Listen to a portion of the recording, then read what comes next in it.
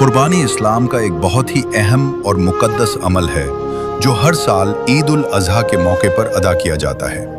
ये सिर्फ जानवर ज़बह करने का नाम नहीं है, बल्कि ये अल्लाह की रज़ा, उसकी इताअत और अपनी चाहतों को कुर्बान करने का एक ज़रिया है। कुर्बानी हमें हज़रत इब्राहीम अलैहिस्सलाम और हज़रत इस्माईल अलैहिस्सलाम की अजीम कुर्बानी की याद दिलाती है। इस लेख में हम कुर्बानी करने का सही तरीका, उसकी अहमियत, शर्तें और ज़रूरी मसाइल को विस्तार से समझेंगे। कुर्बानी की अहमियत।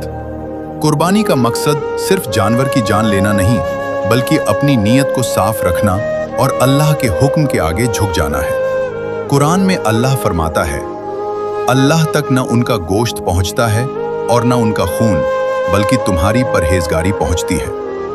इसका मतलब है कि कुर्बानी का असल मकसद तकवा, अल्लाह का डर और उसकी मोहब्बत है। कुर्बानी किन लोगों पर वाजिब है?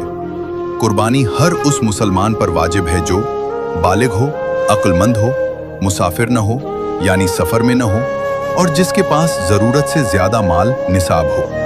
अगर किसी के पास इतना माल है कि वो ज़कात देने के लायक है, तो उस पर कुर्बानी भी वाजिब होगी। कुर्बानी के जानवर कौन कौन से होने चाहिए? कुर्बानी के लिए कुछ खास जानवर ही जायज हैं। बकरा/बकरी, भेड़, गाय, ऊंट। उम्र की शर्त। बकरा/भेड़ कम से कम 1 साल, गाय कम से कम 2 साल, ऊंट कम से कम 5 साल। जानवर में ये खामियां नहीं होनी चाहिए। अंधा या काना, बहुत बीमार, बहुत कमजोर, लंगड़ा। कुर्बानी का सही समय क्या है? कुर्बानी का समय ईद उल अज़हा की नमाज के बाद शुरू होता है और 12 ज़िलहिज्जा की शाम तक रहता है। अगर कोई नमाज से पहले कुर्बानी कर दे तो वह कुर्बानी नहीं मानी जाएगी। कुर्बानी करने का सही तरीका क्या है? अब हम सबसे अहम हिस्सा समझते हैं, कुर्बानी करने का सही तरीका। 1. नीयत, इंटेंशन। सबसे पहले दिल में यह नीयत करें, मैं यह कुर्बानी सिर्फ अल्लाह की रज़ा के लिए कर रहा हूं। नीयत साफ और खालिस होनी चाहिए। 2. जानवर के साथ अच्छा व्यवहार। जानवर को प्यार से रखें, उसे भूखा प्यासा न रखें, उसके सामने दूसरे जानवर को ज़बह न करें। इस्लाम जानवरों के साथ रहम का हुक्म देता है। 3. ज़बह से पहले की तैयारी। तेज और साफ चाकू रखें। जानवर को किबला काबा की तरफ लिटाएं। जानवर को बाईं करवट पर सुलाएं। 4. दुआ पढ़ना। ज़बह करते समय यह दुआ पढ़ें, बिस्मिल्लाह अल्लाहु अकबर।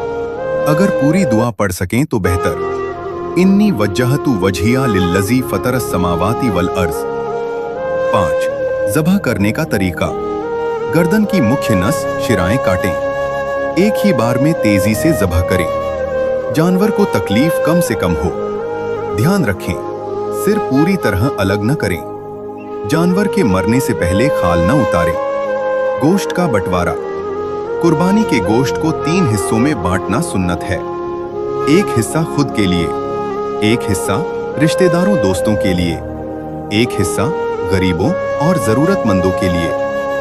गरीबों का ख्याल रखना कुर्बानी का अहम हिस्सा है।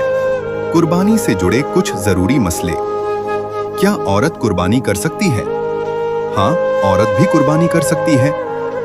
क्या किसी और के नाम से कुर्बानी हो सकती है? हाँ, आप अपने वालिदैन या किसी मरहूम के नाम से भी कुर्बानी कर सकते हैं। क्या ऑनलाइन कुर्बानी जायज है?